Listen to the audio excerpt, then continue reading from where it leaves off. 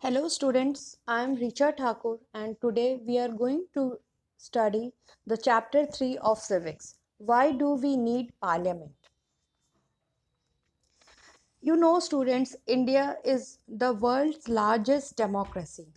We can proudly say that we are Indians because we are living in one of the largest democratic country of the world. Even after 73 years, there is not a single incident when our democratic roots were in danger.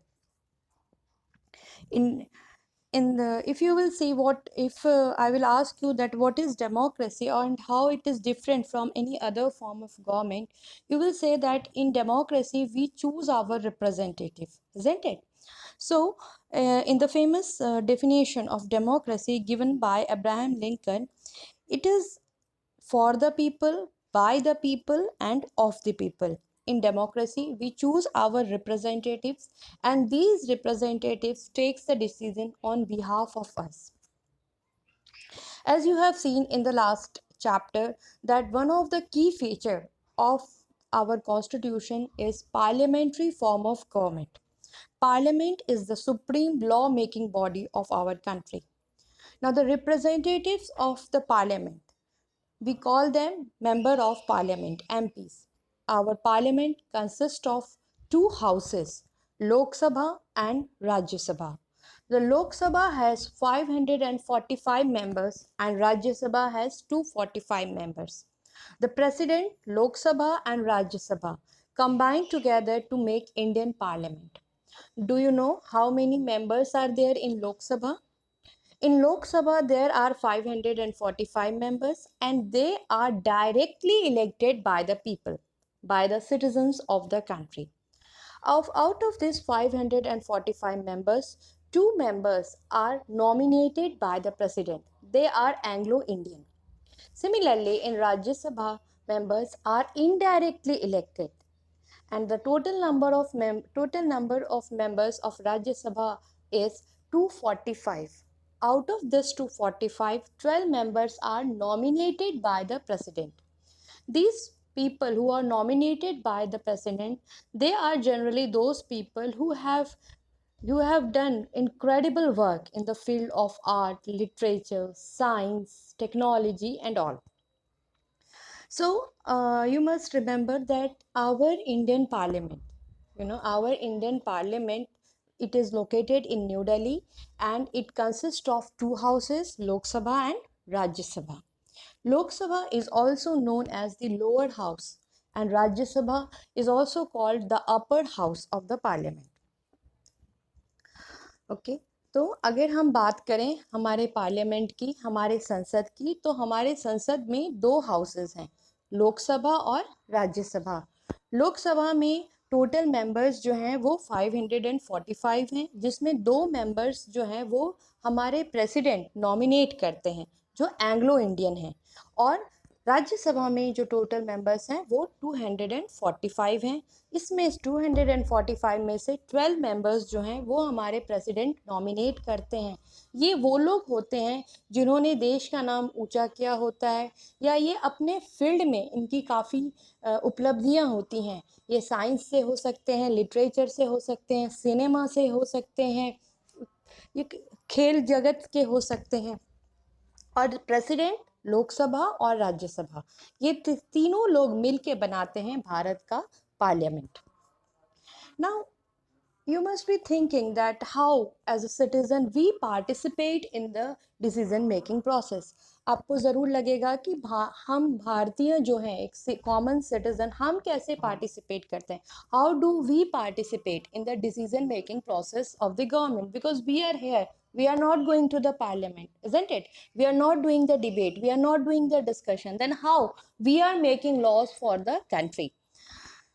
So, dear students, do you know for almost 200 years, India was the colony of Britishers. We became independent on 15th August 1947. Preceding this, that is before this, before getting the freedom, Indians were not living the way we are living right now. We have got all this freedom, equality by birth, isn't it? So we do not realize its importance. But earlier, Indians were not allowed to do the way, they were not allowed the freedom of speech and expression. Even if they are not happy with the government policies, government decisions, then also they can't raise their voice. Bharat जो तकरीबन 200 साल तक अंग्रेज़ों का गुलाम रहा, लेकिन ये जो 200 साल तक हम अंग्रेज़ों के गुलाम रहे, उस समय का जीवन और अभी के जीवन में बहुत फ़र्क है।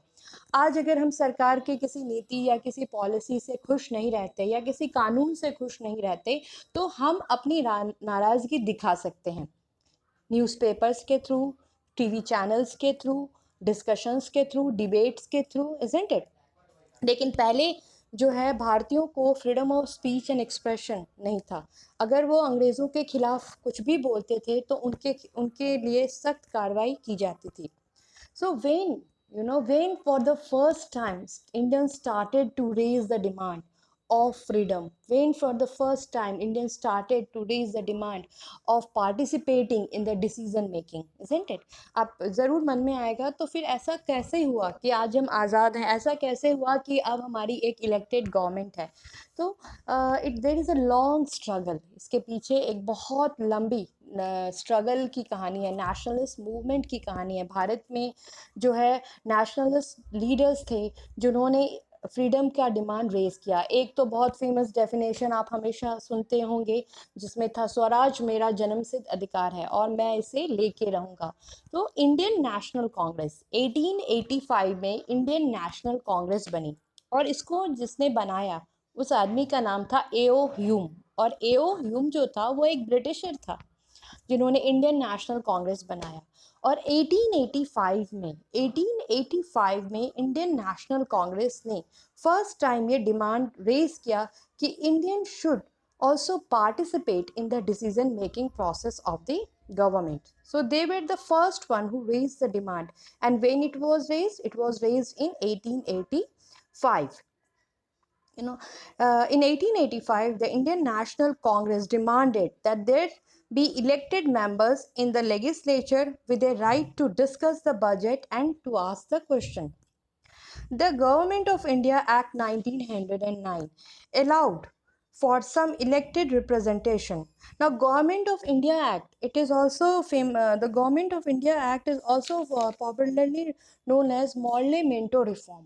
Now, in this Morley Minto Reform, which was passed in the year 1909, first time the Indians got a chance to elect the representatives. But it is not the way we are doing right now. 1909 Government of India Act 1909 ने first time Indians को एक मौका दिया, first times Indian को एक मौका दिया कि वो अपने रिप्रेजेंटेटिव्स को चुन सकते हैं, लेकिन बहुत छोटे स्तर पे, बहुत छोटे स्तर पे, और सबको ये अधिकार नहीं दिया था कि वो वोट दे सकें। बहुत चंद लोगों को ये अधिकार मिला था, जैसे कि लैंडलॉर्ड्स को मिला था, यूनिवर्सिटीज़ के प्रोफेसर को मिला था, बहुत कम लोगों को। और मॉर्ले मिंटो रिफॉर्म में एक और जिसको हम गवर्नमेंट ऑफ इंडिया एक्ट 1909 कहते हैं, उसमें एक और बहुत बड़ी चीज़ थी, that was the communal vote. First Indians को जब वोट देने का अधिकार दिया भी गया, वो भी एक तो बहुत कम लोगों को दिया गया, और उसमें से भी उसमें भी जो है कॉम्युनल वोट्स भी थे, यानी कि जो हिंदू कुछ लोग जो थे वो मुस्लिम रिप्रेजेंटेटिव्स को चुना जा सकता था, और वो मुस्लिम रिप्रेजेंटेटिव्स मुस्लिम पीपल ही चुन सकते थे। तो डिवाइड एंड रूल पॉलिसी जो ब्रिटिशर्स की थी वो यहीं से स्टार्ट हुई थी।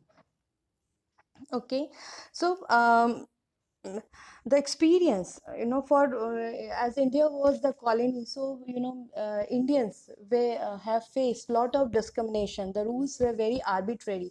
So during the nationalist struggle itself, the leaders decided that when India will become free, all the people will get right to vote.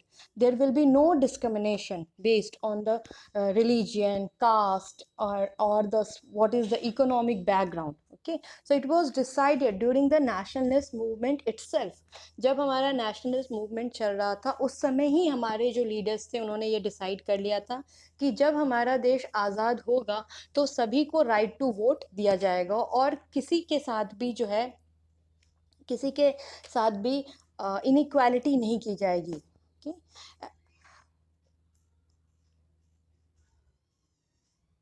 During the colonial periods, Indians were not involved in the decision-making process of the country. Rules were arbitrary. Indian society was divided on the basis of caste and religion.